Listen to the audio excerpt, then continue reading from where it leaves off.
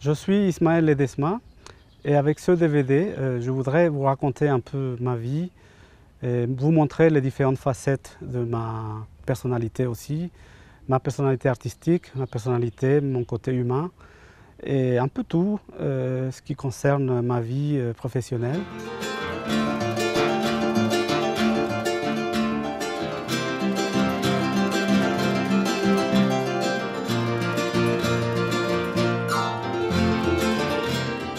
La passion pour la harpe est venue très tôt car je suis issu d'une famille de musiciens du côté de ma mère, du côté de mon père aussi. Mon père était harpiste actif et ma mère chanteuse et guitariste. J'ai appris la harpe à l'âge de 5 ans avec mon père et c'était mon premier maître. Et j'étais toujours derrière lui, toujours en train d'écouter ce qu'il faisait à la harpe et il a compris que j'avais vraiment envie d'apprendre. Et j'ai démarré exactement en 1967, quand j'avais 5 ans. J'ai eu des époques de doute, c'est-à-dire qu'à un moment donné, j'aurais pu être banquier, puisque j'ai fait des études de sciences économiques à une époque et j'ai travaillé dans une banque. Donc mon destin aurait pu être banquier. Après, j'avais une passion pour le football, car j'étais footballeur aussi à l'époque. Et à un moment donné, j'ai eu l'opportunité de choisir autant que métier. Mais c'est la musique qui a gagné. Je suis parti de mon pays à l'âge de 19 ans pour chercher un peu de liberté et puis pour pouvoir aussi exprimer ma propre musique.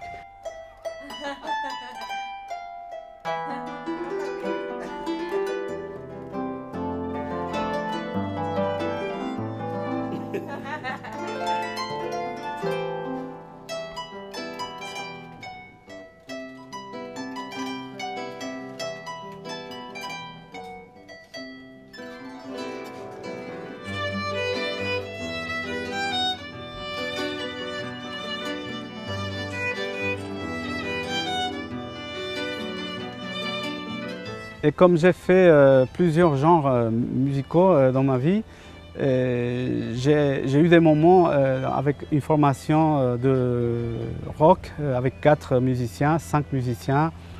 J'ai eu une formule trio aussi.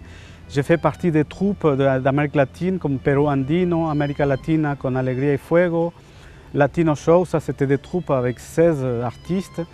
Par contre, ce que j'ai développé le plus, c'était mon côté soliste. J'ai beaucoup joué en solo tout le long de ma carrière. Les scènes comme le Casino de Paris, par exemple, le Bataclan. J'ai eu la chance de pouvoir jouer à l'Olympia en deux occasions, en 1985 et en 1998. Ce sont des moments très très importants dans la vie d'un artiste. Et après, jouer aussi dans le Grand Rex en 2004 avec Johnny Clegg. Jouer dans la Cité de la Musique, c'est un temple de la musique classique, en 1999. J'ai eu aussi des dates importantes dans d'autres pays, comme en Allemagne, à Berlin, au Mexique, aux États-Unis. Eh bien, j'ai fait 18 albums et dans les 18 albums, j'ai toujours exprimé ma propre musique. Le disque La Balada del Indio qui est sorti en 1999, qui m'a ouvert beaucoup de portes. Puis après, le disque El Vagabundo qui est sorti aussi en France en 2005. Les meilleures rencontres que j'ai faites ici en France, je peux dire que c'est en 1998, quand j'ai rencontré David Séchant, qui est mon éditeur actuellement, et Claude Six. Ces deux éditeurs m'ont donné la possibilité de faire des grandes scènes. Ce sont des personnes très importantes pour moi, surtout David Séchant, qui jusqu'à présent continue à être mon éditeur et qui croit toujours en ce que je fais. Oui, la presse s'est un peu intéressée à moi, et surtout à une époque en Bretagne. Et les articles qui m'ont beaucoup plu, c'est les articles qui ont fait l'Ouest de France, par exemple, car pour moi, c'était un terrain un peu difficile à conquérir, la Bretagne. J'ai eu l'opportunité aussi de passer à la télévision en France, France 3. Quelques radios françaises aussi ont passé ma musique et je suis heureux car c'est rare qu'un artiste paraguayen passe sur les ondes en France, mais je peux remercier particulièrement Radio Nova et FIP.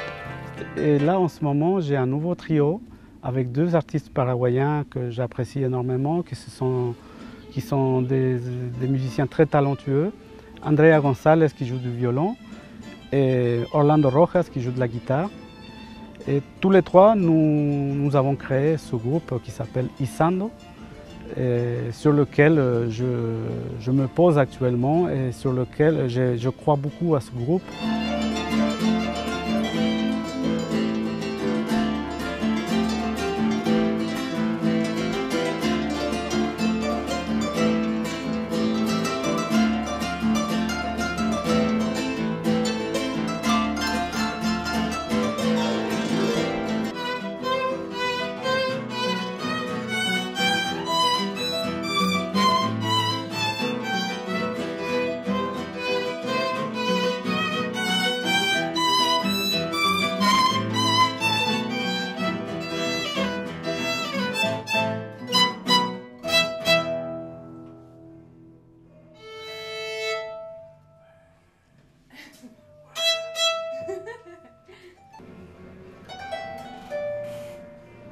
Yo me digo que OFCD.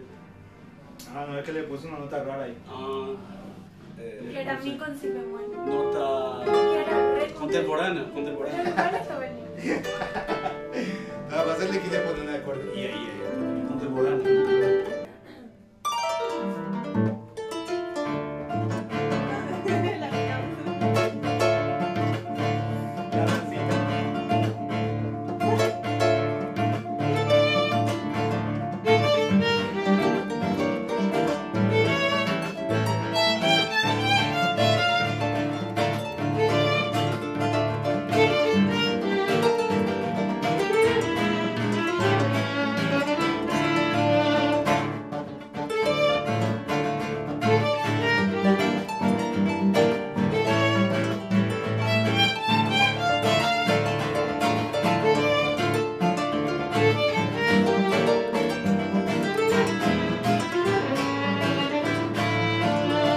La La relation que j'ai avec mon instrument est très fusionnelle justement parce que je considère mon instrument comme une partie de moi et ça fait un organe de plus dans mon corps et en fait je ne peux pas vivre sans ma harpe et il y a des moments où je suis très fusionnel, il y a des moments aussi où j'ai besoin de laisser un peu parce que je considère aussi que la harpe a son petit caractère et moi le mien, donc je crois que on a un rapport un peu couple dans ma relation avec la harpe. C'est comme ça que je conçois ma vie avec mon instrument. Je pense que la harpe est magique car justement c'est un instrument qui n'est pas accessible à tous. Et je pense que c'est pas pour rien que c'est représenté avec des anges. Au niveau sonorité, il y a un peu du ciel, il y a un peu d'aérien, il y a de l'eau. La harpe paraguayenne, c'est un instrument typique du Paraguay. Et la harpe est née, disons, dans les années 1600 déjà, parce que les jésuites ont apporté dans leur bagage les harpes européennes. Et la harpe paraguayenne a eu beaucoup d'évolution jusqu'à arriver au début de 1900, par exemple, où vraiment on a trouvé le bois qu'on utilise jusqu'à présent. On a utilisé des bois paraguayens qui s'appellent watambu. Et maintenant, on utilise le pin et le cèdre. Donc les harpes actuelles, depuis, disons, une centaine d'années. Et je travaille de façon très primitive, car j'ai mon instrument, j'ai un petit magnétophone. Et les premières idées qui arrivent, je les enregistre tout de suite. Et c'est après que je développe un peu, j'essaie de le meubler un peu, de le décorer. Mais la première idée est toujours la bonne. Jusqu'à que je sois arrivé en France, j'écoutais que la musique paraguayenne, donc je n'avais pas d'autres influences. Mais quand je suis arrivé en France, mes oreilles se sont ouvertes, mon cœur s'est ouvert, car j'ai commencé à entendre des musiques différentes. Et c'est ce qui a permis de créer cet univers qui est le mien. Et à présent, j'ai une influence très forte, c'est-à-dire que j'ai adoré Andreas Vollenweider, c'est un harpiste suisse qui m'a donné vraiment l'envie d'essayer de nouvelles choses dans le genre New Age. Des artistes comme Chick Corea dans le jazz. J'écoute aussi beaucoup ce que la nature me dit, c'est-à-dire j'entends le bruit de la nature, j'entends les oiseaux, j'entends l'eau, j'entends des situations pittoresques que je peux vivre avec un animal, un cheval.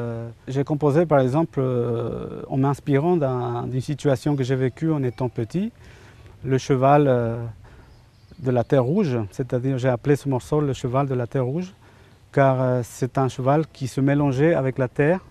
Je le voyais partir et à un moment donné, il se perd car sa couleur se mélange avec la couleur de la terre paraguayenne qui est la terre rouge.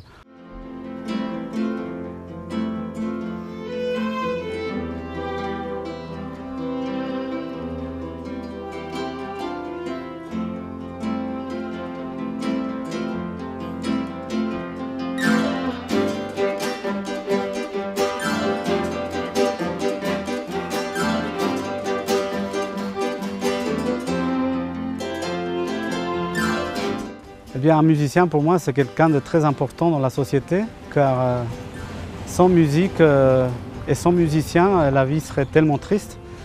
Et je pense que nous donnons une couleur à la vie et nous apportons de la gaieté, nous apportons aussi de la réflexion.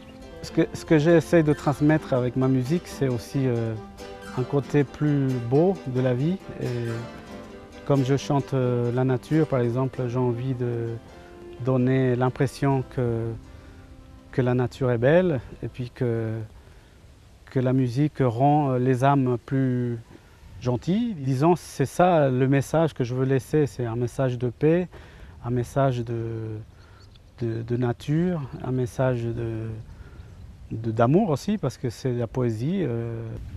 En fait, l'histoire, ça se répète avec mes enfants, car mes enfants sont nés aussi dans la musique. Depuis qu'elles sont nées, je joue de la harpe pour elles. J'ai même composé pour elles des musiques pour s'endormir. Donc la transmission se fait naturellement.